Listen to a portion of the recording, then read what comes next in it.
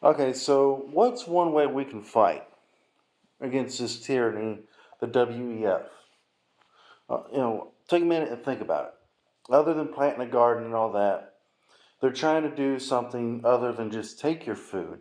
They're trying to move to digital currency. Well, there's a way to fight against that too that a lot of people don't see, they don't realize. You can fight against this stuff. And the best and most efficient way to fight against something like this would be don't fall for their deception that you're going to have to get it. You can open a small business. That's what I'm done. Open a little business and take cash. Accept cash. Will you be able to spend the cash? No. So when that happens, what are you going to do? Well, when the cash goes away, there's this little thing called the barter system. And so you can go say, I'll clean your gutters if you give me a tank of gas. That's a pretty good deal. That's a what, 35 or 40 bucks, maybe 60 or $70 to clean all the gutters on a house? But you got a full tank of gas now. You can travel 400 miles if you wanted to. You can do the same thing if you're mowing yards or tree trimming or anything like that. I'll mow your front and backyard and weed eat and everything if you give me 5 days worth of groceries or buy me lunch. You can survive. Will it be the most best life? Well, no. But what does the Bible say? Those who try to save their lives will lose it, but those who lose their lives for my sake will find it. Something to that effect, right? Uh, I think that's kind of what it means. Like, if you give in to this evilness and just give in to them fully, you go get vaccinated and take all this medicine to keep you well and trust in science to keep you youthful and think you're going to Mars and all these things that they're pretty much are blaspheming. That's what they're doing. And they're fighting against the Almighty God. If you believe that thing, then you're falling straight into their trap. It's a trap. So you can fight against that. Open your own business. I don't care what it is. Accept cash. Do not accept Zelle. Do not accept Cash App. I know those things are tempting, but what that's doing is moving you towards a cashless society. The second that they got all your money, you're a slave. Do you want to be free? Or do you want to be a slave? It's as simple as that. So accept cash and accept check. When the cash does eventually go away, barter.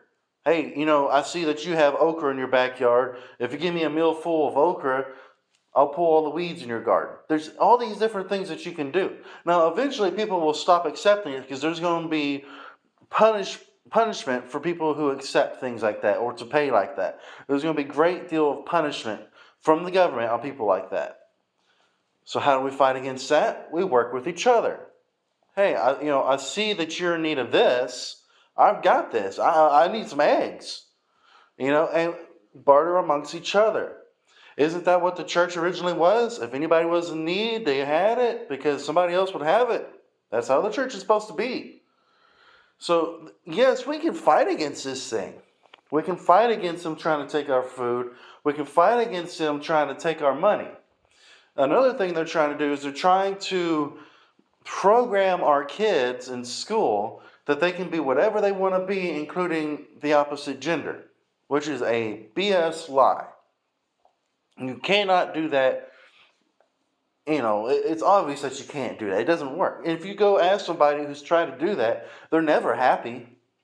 They're never happy because they're full on medication.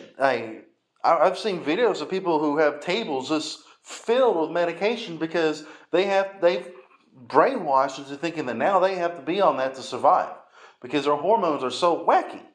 Well, they've done it to themselves. And the devil knows that if you destroy yourself, then you'll be destroyed. God gives you what you want in that aspect. So, we can fight against this thing. We're not divided. We won't be divided. The country will be divided. The nation will be divided. But Christianity will stand strong. Because what does the Bible say? What did Jesus tell them? That all things must be fulfilled. All things must be fulfilled. It even says that when there's wars and rumors of wars, Do not be dismayed, because these things must come to pass. We're going to go through a lot of hardships, but we can fight against the tyranny while we're here. Spread the word. Teach the truth. Don't let them take your kids. Fight for your kids. Don't fight for me. Fight for your son. Fight for your daughter. Fight for your granddaughter, your grandson. We have reason to fight against this tyranny. Don't give in. Are you stupid?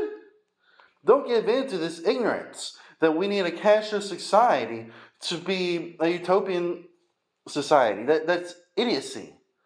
If they have all your cash, they have all control. Because then they can literally limit you to what you spend, when you spend it, and what you spend it on. Say goodbye to your vacation. Say goodbye going to see your grandma in New York. It's all gone. You can't do that no more. Now you're limited to a 15-mile radius because that's all the gas you can get, because they're spitting out lies saying that we're limited on the amount of gas we have, the gasoline and oil, because we didn't listen to them. They're going to try to push their thumb on us and push their agenda. It's not going to work.